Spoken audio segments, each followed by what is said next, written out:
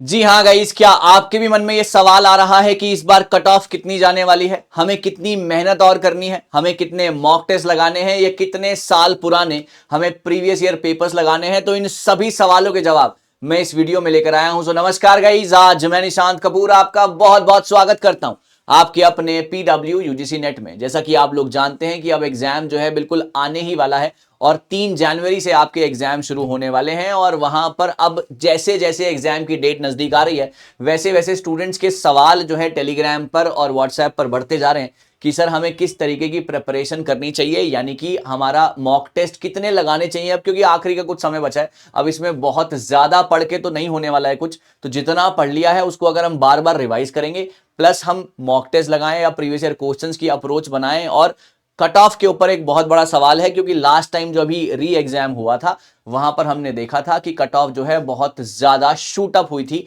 तो इस बार बच्चे जो हैं अगेन एक क्वेश्चन मार्क के साथ हैं कि किस तरीके का हमारा जो है एक प्रॉपर प्लान होना चाहिए, जिससे हम जो है हमेशा एक सेफ जोन में रहेंगे। तो गाइज यहां पर ना अच्छे तरीके से, पहले तो आप मेरे पीछे देख सकते हैं कि मैंने एक प्रॉपर यहां पर कट ऑफ मैं लेकर आया हूं, जो कि आपके जून 2024 जो कि अभी आपका एग्जाम हुआ था उसकी कट ऑफ थी। और आप देख सकते हैं मेरे पीछे कि अगर हम इकोनॉमिक्स की बात करते हैं तो अनरिजर्व्ड कैटेगरी में जीआरएफ की कट ऑफ जो है 210 गई थी, और असिस्टेंट प्रोफेसरशिप की गई थी 182, और पीएचडी की गई थी 154।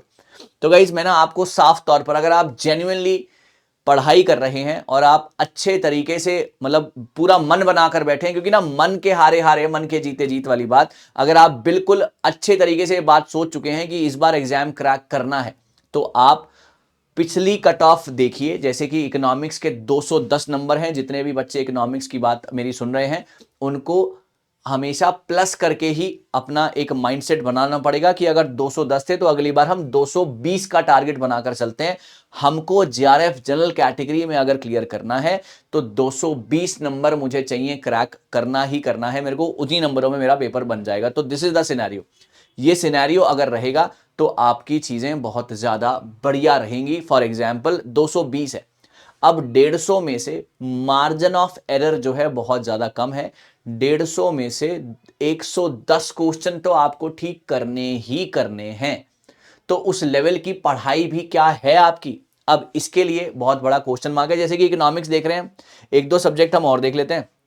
हम अगर बात करते हैं पॉलिटिकल साइंस की 193 फॉर जनरल, 99.73, ये मल्टीपल शिफ्ट में हुआ था एग्जाम, है ना। उसके बाद अगर हम बात करते हैं यहां पर फिलॉसफी की, अगर हम बात करते हैं फिलॉसफी 202 बच्चे, है ना, 202 कट ऑफ थी, 180 थी, 154 थी। तो आपको और ज्यादा, अगर आप सेफ होना चाहते हैं तो आपको और ज्यादा मार्क्स को टारगेट करना चाहिए, क्योंकि अगर कट ऑफ में कुछ भी आता है, नीचे गिर गई अगर कट ऑफ, वेरी गुड, लेकिन अगर कट ऑफ और ऊपर चली गई तो आप तैयार रहने चाहिए हो उसके लिए। पेपर का डिफिकल्टी लेवल के ऊपर भी बात करते हैं। सबसे पहले गाइस पेपर के डिफिकल्टी लेवल के ऊपर यहां पर अगर हम बात करते हैं, पेपर का डिफिकल्टी लेवल आप ये समझकर चलिएगा, क्योंकि अब विद द टाइम जो है कंपटीशन बढ़ रहा है, सो मॉडरेट से हाई लेवल का आप एक्सपेक्ट कर सकते हैं। अगर ऐसा होता है तो कट ऑफ जो है नीचे जाएगी, लेकिन अगर पहले जैसे ही एग्जाम बनते हैं तो कट ऑफ ऊपर जाने के चांसेस हैं। लेकिन आप सेफर साइड पे अपने कंसेप्चुअल क्लैरिटी को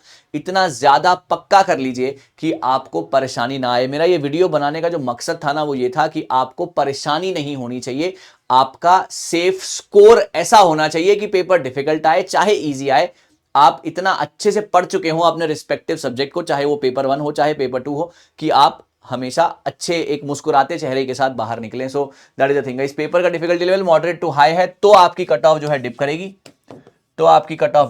अगर पेपर इजी बनता है, तो कट ऑफ आपकी, है ना, एज यूजुअल हाई जाएगी, राइट। कट ऑफ आपकी हाई जाएगी, ये तो सबको ही पता है, राइट। दूसरी चीज, इस बार जो लग रहा है कि पेपर मॉडरेट बनना चाहिए, इजी टू मॉडरेट लेवल का बनना चाहिए, क्योंकि अब आने वाले, क्योंकि अब ये एनटीए, जैसे कि मैंने आपको पहले भी बताया कि ना एनटीए ये आखिरी बार एग्जाम ले रहा है यूजीसी नेट का। अगले साल 2025 से एनटीए एग्जाम नहीं लेने वाला है। अब उसमें क्या क्या चेंजेस आएंगे वो विद द टाइम आपको पता चल जाएगा। अभी की ब्रेकिंग न्यूज यही थी। अगली चीज, अब mock test. Sir mock test मैं बोल रहा हूं, मैं बार बार बोल रहा हूं, मॉक टेस्ट आप अभी से लगाना शुरू कर दीजिए। कम से कम अभी अगर आपके पास अभी 10 दिन बाकी हैं या 15 दिन बाकी हैं, तो आप रोज का कम से कम 2 मॉक टेस्ट लगाइए। आई am telling you this is very very important. और मॉक टेस्ट का स्कोर अपना ध्यान में रखिए, और जो गलतियां हो रही हैं वो पेपर में नहीं होनी चाहिए, क्योंकि मॉक टेस्ट आपको सिलेक्शन दिलवाएगा guys. Mock test is very very important, I am telling you. दूसरा, प्रीवियस ईयर पेपर्स ज्यादा मत करिए। Previous year papers, last 5 years के प्रीवियस ईयर पेपर्स कीजिए। और हमारी मैराथन जो है बिल्कुल अलाइंड है। मैराथन जो है बहुत सारे कंसेप्ट के साथ अलाइंड है। हर ट्यूसडे, हर थर्सडे, हर सैटरडे दोपहर को 2 बजे, राइट। और हर MWF रात को 9 बजे सेशंस लगातार चलते रहेंगे।